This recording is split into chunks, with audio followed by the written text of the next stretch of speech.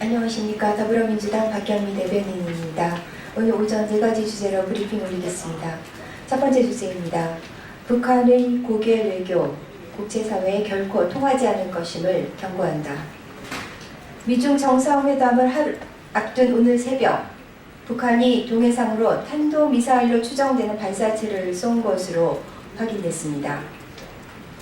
합동참모본부는 북한이 오늘 아침 함경남도 신포 일대에서 동해상으로 불상의 발사체를 발사했다고 밝혔습니다. 한반도의 긴장 수위가 그 어느 때보다도 높아지고 있는 가운데 이루어진 북한의 군사적 도발에 대해 강력 항의합니다. 북한의 미사일 발사는 미중 정상회담에 대한 무력 시위의 성격으로 풀이되고 있습니다. 북한의 행태는 한반도의 평화를 담보로 한 고개를 보는 듯 불안합니다. 북한의 미사일 발사에 맞선 미국의 발언 수위가 높아지는 등 한반도 긴장이 전례 없이 고조되고 있습니다. 더불어민주당은 한반도의 평화를 위협하는 모든 시도를 단호히 반대합니다. 또한 북한의 고개 외교는 결코 국제사회에서 효과를 거둘 수 없다는 점을 분명히 지적합니다. 세계사를 보면 전쟁은 대부분 아주 사소한 계기로 일어났고 예외 없이 엄청난 피해와 대가를 치러야만 했습니다. 북한은 이러한 교훈을 외면해서는 안 됩니다. 북한은 더 이상 군사적 긴장을 고조하지 말고 부디 이성적인 판단을 통해 한반도 긴장 해소를 위해 대화에 나설 것을 주문합니다. 대한민국은 대통령 탄핵과 조기 대선으로 권한대행 체제 상황인 만큼 군은 더욱 철통 같은 안보태세로 국민의 불안을 해소할 것을 거듭 주문합니다. 두 번째 주제입니다. 안철수 후보, 반대만을 위한 이분법적 정치를 중단하라. 안철수 국민의당 대선 후보가 우리 당 문재인 후보에 대해 경쟁자를 악으로 규정하는 상황에서 어떻게 협치가 가능하겠냐라며 비난했습니다. 안철수 후보는 어떤 근거로 문재인 후보가 경쟁자를 악으로 규정했다는 것인지 밝혀주길 바랍니다. 오히려 안철수 후보가 문 후보를 악으로 규정하고 싶은 것은 아닌지 모르겠습니다. 근거 없는 마타도어에 불과합니다.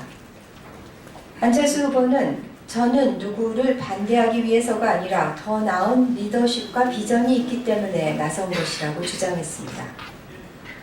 경선 선거인단을 차로 실어 나르는 차떼기 정당의 안철수 후보가 말하는 더 나은 리더십과 비전은 대체 무엇입니까?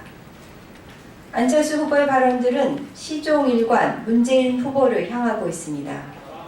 문 후보의 시간은 가고 자신의 시간이 온다는 둥, 문 후보와 자신의 양자 대결이 될 것이라는 등 온통 문재인 후보에 대한 대립각 프레임뿐입니다. 뿐만 아니라 안철수 후보는 문 후보에 대한 비판과 공격으로 일관하고 있습니다. 비문, 반문 말고는 자신을 부각시킬 재료가 없는 모양입니다. 문 후보에 대한 반대만으로는 대한민국의 대통령이 될 수 없습니다. 안철수 후보는 반대만을 위한 이분법적 정치를 중단하고 스스로의 말대로 더 나은 리더십과 비전을 제시해 주기 바랍니다. 다음 주제입니다. 발뺌과 모르쇠로 일관하는 두 40년 지기의 빛나는 우정.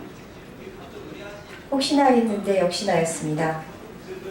어제 검찰은 박근혜 전 대통령의 요청에 따라 전직 대통령에 대한 예우 차원에서 서울구치소를 방문해 출장 조사를 벌였습니다. 구속 수감 이후 첫 조사이고 준비기간이 필요하다면 일정을 하루 미뤄달라고 요청하는 등 심경의 변화가 있을 것이라 예상됐지만 보도에 의하면 혐의 사실에 대해 내내 발뺌과 모르쇠로 일관한 것으로 전해졌습니다. 같은 시각 최순실은 본인의 형사재판법정에서 대한민국이 법치주의가 안 되고 있다. 너무 억울해서 죽고 싶다고 항변했습니다. 최순실은 특검이 뇌물 프레임으로 진술을 강요하고 있다고 주장하면서 박 전 대통령 구속에 대해서는 자신이 잘못된 판단과 처신으로 일어난 참변이고 선의를 베푼 삼성층에도 죄스러운 마음이라고 말했습니다. 박 전 대통령과 최순실 두 사람은 여전히 반성은커녕 인신이 구속된 현재도 수많은 혐의 중 그 어느 것 하나 인정하지 않고 있습니다. 미중위의 국정농단을 벌인 두 40년 지기의 빛나는 우정 앞에 말문이 막힙니다. 최순실은 법정에서 잘못된 사람들을 만나 이렇게 됐다고 말했다고 합니다. 박 전 대통령은 최순실을 믿은 것을 후회한다고 진술한 바 있습니다. 대한민국이야말로 잘못된 두 사람을 만나 쑥대밭이 되었습니다. 대한민국을 수렁에 빠뜨린 두 주범이 저지른 죄만큼 처벌받도록 사법당국은 만전을 기해주기를 바랍니다. 네 번째 주제입니다. 가짜 뉴스의 진원지가 이제라도 밝혀진 것은 다행. 소위 태극기 집회의 원동력으로 알려진 가짜 뉴스의 최초 작성자가 전직 국정원 직원이었던 것으로 드러났습니다.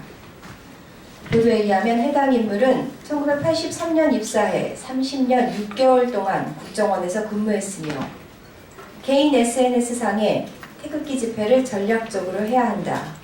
젊은 20, 30대들이 모여서 댓글 부대를 형성해야 한다는 내용도 올려져 있다고 합니다.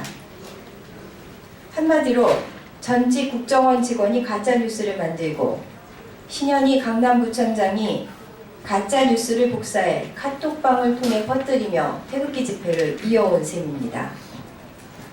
이미 지난주 SBS 시사 프로를 통해 가짜뉴스를 신문으로 제작해 태극기 집회 현장에서 배포하던 업체가 박근혜 정부로부터 소위 모태펀드로 알려진 수십억 원의 운영자금을 전액 지원받은 사실도 드러난 바 있습니다.